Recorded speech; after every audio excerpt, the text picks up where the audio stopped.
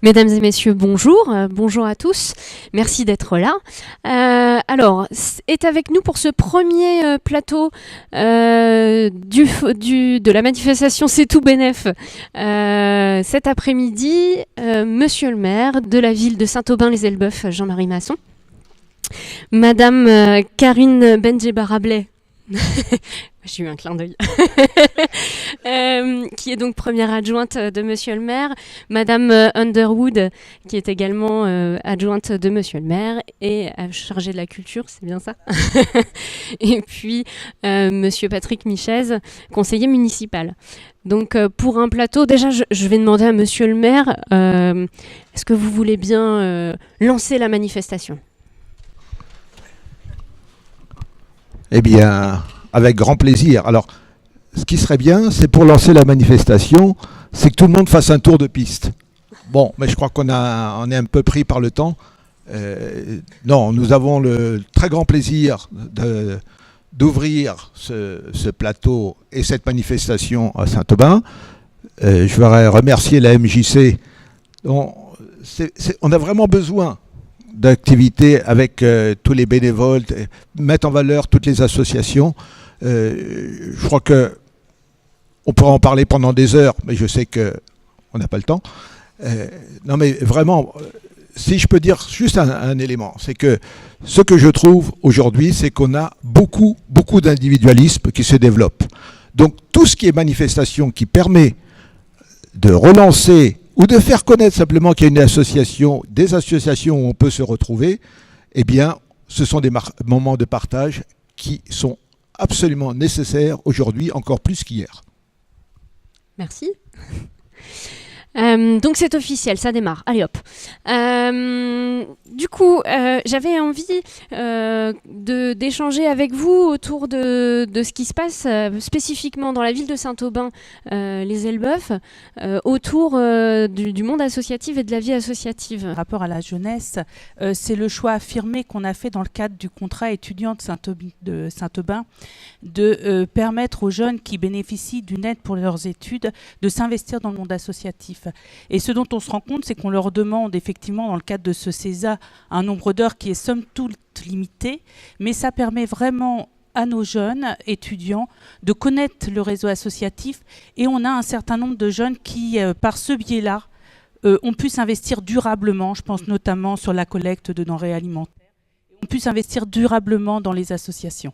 Et ça, c'est vraiment quelque chose qui est important parce que on sait que le bénévolat, c'est quelque chose qui n'est pas facile. C'est difficile de recruter des bénévoles et commencer dès les études supérieures, dès le début des études supérieures, puisque les jeunes peuvent accéder au CESA dès la première année de leurs études supérieures. Commencer dès ce moment-là à les mobiliser sur les notions de solidarité, sur les notions de faire pour les autres, c'est quelque chose qui est important pour nous. Vous avez dit CESA, je suppose que c'est un acronyme ? Oui, c'est le contrat étudiant saint-aubinois pour les jeunes de la commune. Donc ça n'est ouvert, c'est exclusivement pour les étudiants de Saint-Aubin ? Tout à fait. D'accord. Résidents sur sur la commune. D'accord. Et donc, comment ça fonctionne ? Les étudiants contactent la mairie ? Voilà, donc il y a une campagne d'information qui est faite notamment au moment de la manifestation qui met en valeur les jeunes bacheliers, mais aussi dans nos supports de communication habituels.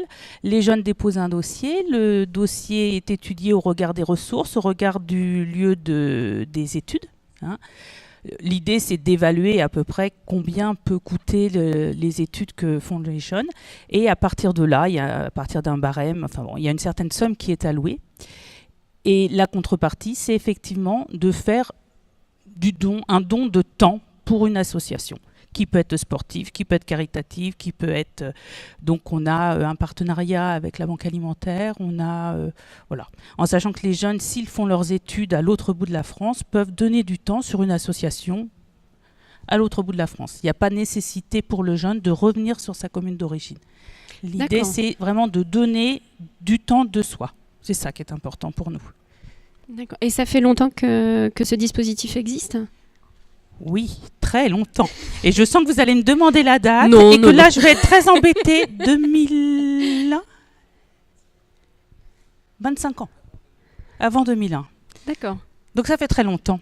Alors, je précise que je ne suis pas issue du territoire, ça ne fait que quelques mois et c'est pour ça que je demande autant de choses sur ce dispositif que vous connaissez tous déjà.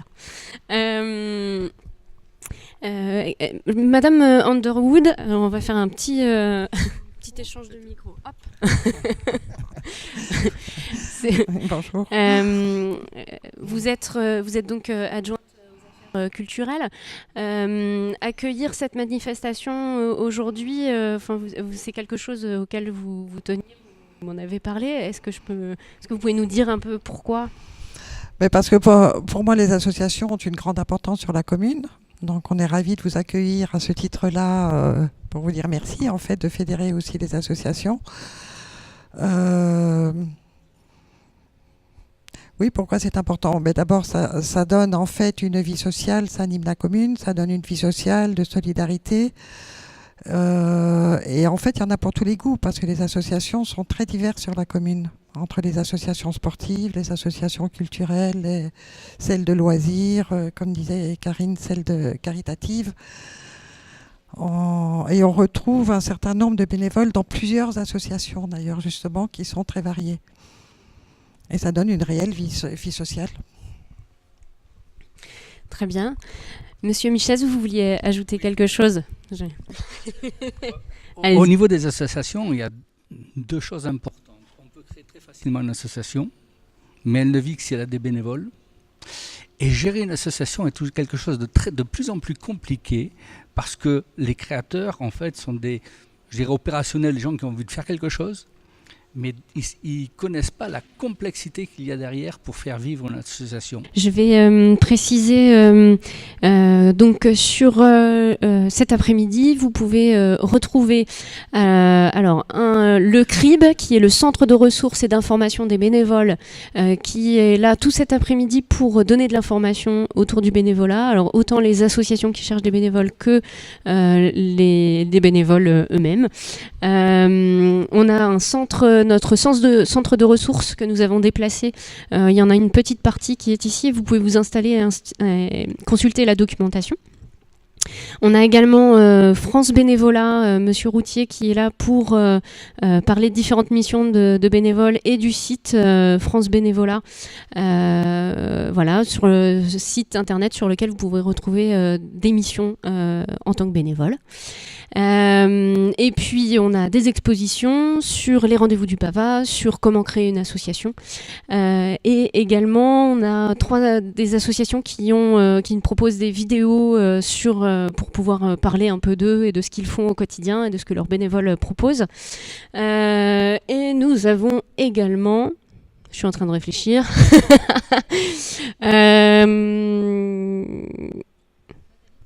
ça y est, je sais. On a Monsieur Nivière qui est avec nous, qui sera tout à l'heure sur le plateau télé, pour nous parler des différents modes de subvention, des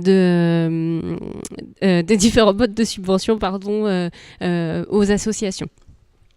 Et nous sommes ravis d'accueillir cet après-midi au sein de la JC notre partenaire bulgare. Monsieur le maire voudrait un dernier mot. Du coup, je vais le laisser conclure ce plateau et on se retrouve tout à l'heure. Oui, 2-3 éléments. D'une part, pour dire sur Saint-Aubin, nous avons plus de 25 associations et donc il y a tout le panel que vous voulez. Tous les choix sont ouverts.